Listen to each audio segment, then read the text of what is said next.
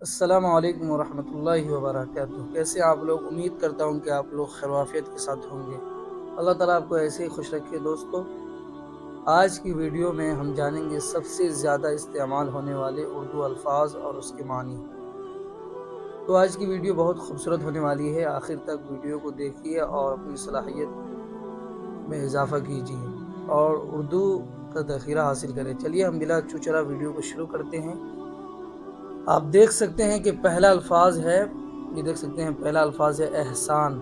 معنی ہے اس کے نیکی، اچھا سلوک۔ اختلاف، کسی کے خلاف ہونا۔ اخلاص، خلوص۔ اور چوتھا لفظ ہے استنجا۔ استنجا معنی ہے اپنے آپ کو نجاست سے پاک کرنا۔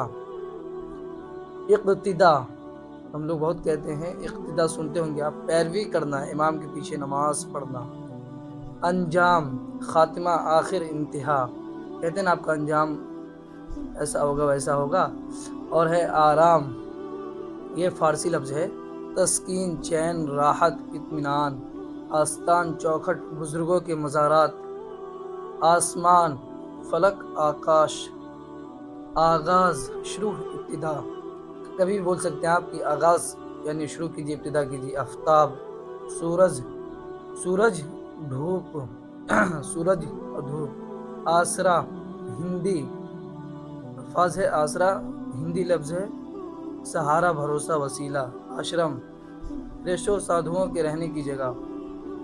الف سے متعلق کچھ مؤنث الفاظ دیکھیے، الفاظ ہے اذان، عربی لفظ ہے، زبان کے واسطے، نماز کے واسطے بلانے کی آواز، نماز کے واسطے بلانے کی آواز۔ اصلاح، تصحیح، درستگی۔ اس کے بعد اطلاع، آگاہی، خبر، رپورٹ۔ ابتدا، ابتدا، آغاز، شروع۔ انتہا، معنی ہے آخر، انجام۔ اولاد، بال بچے، بیٹا بیٹی۔ افواہ، بازاری خبر، اڑتی خبر، بے اصل بات۔ تو امید ہے کہ یہ ویڈیو آپ کو بہت اچھی لگی ہوگی۔ میں اسی طریقے کے اردو الفاظ اور معنی لے کر آتا رہوں گا۔